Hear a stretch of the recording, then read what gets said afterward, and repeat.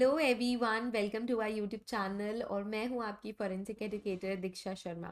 आज की क्लास में हम पढ़ने वाले हैं कुछ important topic from fact and fact plus syllabus. So जिन बच्चों को नहीं पता है उन बच्चों को बता दूं कि फैक्ट का एग्जामिनेशन एंड फैक्ट प्लस का एग्जामिनेशन मई में होने वाला है। 2024 की नोटिफिकेशन ऑलरेडी रिलीज हो गई है, मैंने डिस्कस भी किया था। अब जिन बच्चों को पता नहीं है उनको मैं बता दूं फैक्ट का फुल फॉर्म क्या होता है। फोरेंसिक एप्टीट्यूड और कैलिबर टेस्ट, ये फॉरेंसिक के बच्चे और प्योर साइंसेस के बच्चे दे सकते हैं। और इससे क्या होता है, इससे आपको एफएसएल्स में जॉब मिल जाती है। एफएसएल्स मतलब फॉरेंसिक साइंस लेबोरेटरीज में, ठीक है। अब मैंने ये भी बताया था कि फॉरेंसिक साइंस के स्टूडेंट्स और जो साइंसेस के स्टूडेंट्स हैं उनको कौन कौन से सब्जेक्ट्स होने ज़रूरी है उनके ग्रेजुएशन लेवल पे, ठीक है। प्योर साइंसेस आपको पढ़ना ज़रूरी है क्योंकि जब आप फॉरेंसिक साइंस मास्टर्स में जाते हो तो आप सिर्फ और सिर्फ फॉरेंसिक के ही सब्जेक्ट्स पढ़ते हो। आपके पास सिर्फ और सिर्फ ग्रेजुएशन में ही प्योर साइंसेस के सब्जेक्ट्स होते हैं। और अगर आपने ग्रेजुएशन में प्योर साइंस नहीं पढ़ा है फॉरेंसिक के स्टूडेंट्स के लिए, सो आपको परेशानी हो सकती है कि आप फैक्ट का एग्जाम देने के लिए एलिजिबल हो या नहीं हो।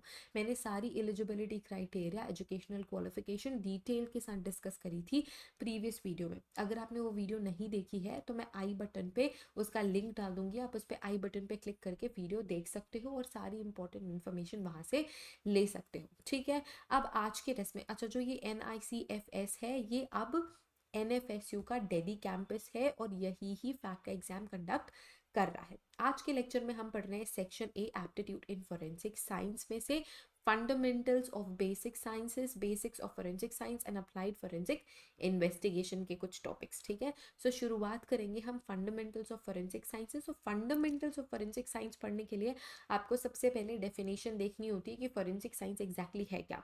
अब वो सारे के सारे स्टूडेंट्स जिन्होंने ग्रेजुएशन फोरेंसिक साइंस से किया है, मास्टर फोरेंसिक साइंस से किया है, उनके लिए ये पोर्शन बहुत ही ज़्यादा ईजी और बोरिंग हो सकता है क्योंकि आपने 100 ये सेम चीज़ पढ़ी है कि फोरेंसिक साइंस की डेफिनेशन क्या है, कौन कौन से डिविजन है, एक्सेट्रा एक्सेट्रा। बट जो सारी चीज़ें इंपॉर्टेंट हैं और आपके एग्जाम परस्पेक्टिव से इंपॉर्टेंट है, हम वही ही डिस्कस करेंगे, ठीक है। क्योंकि आपके पास टाइम बहुत ज़्यादा कम है, ना तो आप इस टाइम पे पूरी की पूरी बुक उठा के बैठ सकते हो, ना ही आप एक्स्ट्रा चीज़ें पढ़ सकते हो। तो जो चीज़ें इंपॉर्टेंट है आने के जिनके चांसेस है और इस पर्टिकुलर टॉपिक में जो चीज़ें इंपॉर्टेंट है वही ही हम फोकस करने वाले हैं। जैसे कि डेफिनेशन क्या है, जब कभी भी हम अप्लाई करते हैं साइंसेस को क्राइम सॉल्व करने के लिए तो हम उसे फोरेंसिक साइंस कहते हैं। ये मैं भी उन बच्चों को समझा रही हूँ जिनका ग्रेजुएशन फोरेंसिक साइंस से नहीं हुआ है या जिनका मास्टर्स भी फोरेंसिक साइंस से नहीं हुआ है, ठीक है। बहुत ही बेसिक्स है, जब आप साइंस के टूल्स टेक्निक्स को क्राइम सॉल्व करने के लिए यूज़ करते हो तो वो फोरेंसिक साइंस कहलाता है, ठीक है। अब इम्पॉर्टेंट क्या है यहाँ पे, इम्पॉर्टेंट है कि इसका जो ओरिजिन है वो लैटिन वर्ड से ओरिजिन हुआ है। और लैटिन वर्ड क्या है, forensis. So it is derived from a Latin word that is forensis, जिसका मतलब होता था एक ओपन कोर्ट या फिर ओपन कोर्ट इन पब्लिक। यहाँ पे लोग मिलते थे और आइडियाज एक्सचेंज किया करते थे, ठीक है। और इसका मतलब फोरम भी होता है। फोरम का भी मतलब क्या है, जहाँ पे बहुत सारे लोग होते थे और अपने आइडियाज एक्सचेंज करते थे, ठीक है। अब जो फोरेंसिक साइंस है वो बहुत बड़ी टर्मिनोलॉजी है, उसके अंदर कई सारी चीज़ें आती है जैसे कि criminalistics, toxicology, question document, anthropology, pathology या बायोलॉजी, साइकेट्री या behavioural sciences, odontology, jurisprudence, engineering sciences, etcetera etcetera. तो बहुत बड़ा अम्ब्रेला है बेसिकली। आप कोई भी जब साइंस यूज़ करते हो क्राइम सॉल्व करने के लिए तो वो सब कुछ फोरेंसिक साइंस के अंदर आ जाता है, ठीक है। चाहे आप इंजीनियरिंग की कोई नॉलेज यूज़ कर रहे हो, अगर आप लॉ की कोई नॉलेज यूज़ कर रहे हो, ओडोंटोलॉजी की कोई नॉलेज यूज़ कर रहे हो, एंथ्रोपोलॉजी की कोई नॉलेज यूज़ कर रहे हो, टॉक्सिकोलॉजी की कोई नॉलेज यूज़ कर रहे हो, तो सब कुछ फोरेंसिक साइंस के अंदर इंक्लूड किया जा सकता है। क्योंकि हम ये डिसाइड नहीं कर सकते कि किस तरीके के क्राइम्स होते हैं, कौन कौन से क्राइम्स हो सकते हैं। क्राइम कभी भी कैसे भी कहीं भी हो सकते हैं और आप पूरी की पूरी साइंस में से कुछ भी चीज़ यूज़ कर सकते हो उस क्राइम को सॉल्व करने के लिए या परपिटरेटर को पकड़ने के लिए, ठीक है। सो वो सब कुछ ही आ जाता है। अब इम्पॉर्टेंट यहाँ पे क्या है, वो सारे के सारे इंडिविजुअल्स जिन्होंने फोरेंसिक साइंस को डेवलप करने के लिए बहुत इंपॉर्टेंट कॉन्ट्रीब्यूशंस दिए थे, तो उनके बारे में भी हम पढ़ेंगे, ठीक है। इसके अलावा एक और इम्पॉर्टेंट इन्फॉर्मेशन, अगर आप फैक्ट या फैक्ट प्लस की तैयारी कर रहे हैं तो हमारी क्लासेस एप्लीकेशन में शुरू हो गई हैं। सो आपको सारा का सारा syllabus section A section B दोनों ही वहाँ पे मिलेगा, और दोनों ही वीडियो लेक्चर्स के थ्रू कवर होगा, रिकॉर्डेड वीडियो लेक्चर्स के थ्रू कवर होगा, पीडीएफ नोट्स आपको मिलेंगे, टॉपिक वाइज एमसीक्यू आपको मिलेंगे, प्रीवियस ईयर क्वेश्चन आपको मिल जाएंगे, मॉक पेपर्स आपको मिल जाएंगे एग्जाम के पहले पहले तक। तो अगर आप तैयारी कर रहे हैं, फैक्ट का एग्जाम देना चाहते हैं, फोरेंसिक साइंस लेबोरेटरीज में जॉब करना चाहते हैं, तो आप हमारी क्लासेस ज्वाइन कर लीजिएगा। पहले कुछ बच्चों के लिए 500 रुपीज़ ऑफ का कूपन भी है, तो आपको कूपन मिलेगा। सो जब आप एनरोल करोगे तो ये कूपन अप्लाई करना बिल्कुल भी मत भूलना, ये फर्स्ट कुछ स्टूडेंट्स के लिए ही अवेलेबल है। जैसे ही वो सारे स्टूडेंट्स इन कूपन को यूज़ कर लेंगे, ये कूपन हट जाएगा, एंड देन किसी भी तरीके कोई भी कूपन डिस्काउंट हमारे कोर्स में अवेलेबल नहीं होगा। So use that coupon, enroll in our classes and start your preparation with us. ठीक है, अब वापस आ जाते हैं हमारे टॉपिक पे। अब हमें पढ़ना है उन इंडिविजुअल्स के बारे में जिन्होंने बहुत इंपॉर्टेंट कॉन्ट्रीब्यूशंस फोरेंसिक साइंस में किया है ना। जब कभी भी कोई भी सब्जेक्ट डेवलप होता है, ऐसे लोग जरूर उनमें इंक्लूडेड होते हैं, ऐसे लोगों का हाथ उस पर होता है जो कि नए नए इन्वेंशंस कर रहे हैं, या फिर उन्होंने कुछ इंपॉर्टेंट चीज़ बताई है उस पर्टिकुलर साइंस को डेवलप करने के लिए।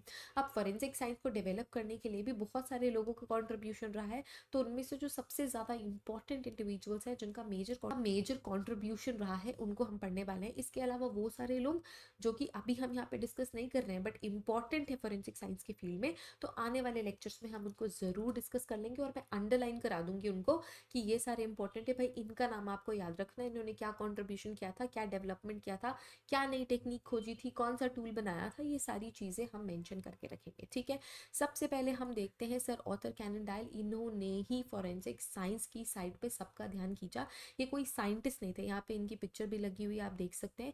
ये कोई साइंटिस्ट नहीं थे, ये ऑथर थे, इन्होंने बुक लिखी थी, और सबसे ज़्यादा फेवरेट और सबसे ज़्यादा पॉपुलर कैरेक्टर उन्होंने फिक्शनलाइज करा था, और वो था शर्लक होम्स।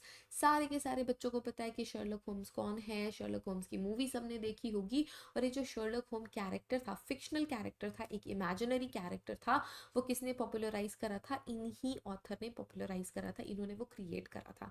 सो सर ऑथर कैनन डायल थे जो कि ऑथर थे, और इन्होंने कंट्रीब्यूट करा था सबका अपना ध्यान खींचने के लिए फोरेंसिक साइंस की साइड में, क्योंकि इनका जो कैरेक्टर था शर्लक होम्स, ये बहुत ज़्यादा इंटेलिजेंट था, और ये कैसे भी करके क्राइम को सॉल्व कर दिया करता था, कुछ भी टेक्निक यूज़ करके, कुछ भी साइंस लगा के। सो हमने ये ध्यान दिया कि अरे ये जो कैरेक्टर है ये तो क्राइम सॉल्व कर रहा है, और ये फिजिक्स के कुछ थ्योरीज लगा रहा है, बायोलॉजी की कुछ टेक्निक्स लगा रहा है, और क्राइम सॉल्व कर रहा है, तो इस तरीके से हम भी कर सकते हैं। और ऐसे ही सब ने क्राइम सॉल्व करना शुरू करा। सब ने मीन्स जो हमारी इन्वेस्टिगेटिव एजेंसीज थी, जो दुनिया की इन्वेस्टिगेटिव एजेंसी थी, उन्होंने इन साइंसेस को यूज़ करना शुरू किया, और उनको पॉजिटिव रिजल्ट भी मिले, परपेट्रेटर्स को पकड़ा जाने लगा। तो इस तरीके से फोरेंसिक साइंस जो सब्जेक्ट है वो पॉपुलराइज हुआ। नेक्स्ट इंपॉर्टेंट इंडिविजुअल है मैथ्यू ऑरफिला। मैथ्यू ऑरफिला को हम कहते हैं father of modern forensic toxicology. ठीक है, टॉक्सिकोलॉजी में आप टॉक्सिक सब्सटेंसेस के बारे में पढ़ते हो, उन सारे पॉइजनस एलिमेंट्स के बारे में पढ़ते हो, चाहे वो सॉलिड हो, गैसेस हो या लिक्विड हो, जो कि एक टॉक्सिक इफेक्ट क्रिएट करते हैं।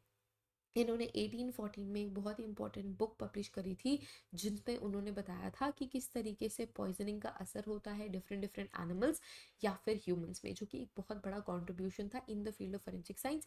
इसी वजह से हम इन्हें कहते हैं father of modern forensic toxicology. Modern forensic toxicology, ठीक है, फोरेंसिक टॉक्सिकोलॉजी के लिए फादर नहीं थे, बट ये जो मॉडर्न फोरेंसिक टॉक्सिकोलॉजी है उसके लिए फादर थे। ठीक है, नेक्स्ट वी हैव अल्फोंसे बोर्डलॉन। इनकी भी फोटो यहाँ पे लगी हुई है, आप देख के इनको आइडेंटिफाई कर सकते हो। सो अल्फोंसे बोर्डलॉन थे, ये भी बहुत ही इंपॉर्टेंट इंडिविजुअल थे इन the field of forensic science, और एंथ्रोपोमेट्री में इन्होंने बहुत काम करा था, मतलब बॉडी मेजरमेंट्स करके लोगों को आइडेंटिफाई करने की इन्होंने बहुत मेहनत करी थी, डिवाइसेस डेवलप करी थी। उन्होंने सबसे पहले सिस्टमैटिक पर्सनल आइडेंटिफिकेशन शुरू करा था, जिसे उन्होंने बोला एंथ्रोपोमेट्री। अब ये जो सिस्टमैटिक प्रोसीजर था of taking, systematic procedure of taking body measurements for personal identification, so इसमें हम क्या कर रहे थे, बॉडी मेजरमेंट्स के थ्रू पर्सनल आइडेंटिफिकेशन कर रहे थे, और ये रिप्लेस कर दिया गया था 1900s में, जब हमने फिंगरप्रिंट की इंपॉर्टेंस जान ली। फिंगरप्रिंट पर्सनल आइडेंटिफिकेशन के लिए जब डेवलप हो गया तो एंथ्रोपोमेट्री रिप्लेस कर दिया गया था, बट एक बहुत ही इंपॉर्टेंट स्टेप है, बहुत ही इंपॉर्टेंट अपडेट है in the field and in the history of forensic science. ठीक है, next we have Francis Galton. Francis Galton का काम क्या था, उनकी भी फोटो यहाँ पे लगी हुई है। आप सारे के सारे इंडिविजुअल्स की पिक्चर्स देख सकते हैं। जब आप पिक्चर्स देखते हो तो आप ज़्यादा रिटेन कर पाते हैं इन्फॉर्मेशन, इस वजह से हमने सारे के सारे इंडिविजुअल्स की पिक्चर्स खोज के आप सभी के लिए यहाँ पे लगाई हुई है। फ्रांसिस गाल्टन का क्या काम था, फ्रांसिस गाल्टन ने फिंगरप्रिंट पे बहुत काम किया था इन्होंने, और 1892 में इन्होंने बुक भी पब्लिश करी थी कॉल्ड फिंगरप्रिंट्स। जो अभी आप क्लासिफिकेशन पढ़ते हो ना फिंगरप्रिंट्स का, लूप, आर्च, इसके अलावा वर्ल्स या फिर कंपोजिट टाइप ऑफ फिंगरप्रिंट, ये जो सारी की सारी क्लासिफिकेशन है आपको फ्रांसिस गाल्टन ने दी थी। बहुत ही कमेंडेबल वर्क था in the field of forensic science, particularly in fingerprints. ठीक है, next we have Leone Lattes. इन्होंने भी बहुत इंपॉर्टेंट काम करा था। बेसिकली इनका सबसे फेमस काम है ब्लड ग्रुप आइडेंटिफाई करना ड्राइड ब्लड स्टेन से। इसके पहले हमें नहीं पता था कि ड्राइड ब्लड स्टेन से आप ब्लड ग्रुप कैसे आइडेंटिफाई कर सकते हो।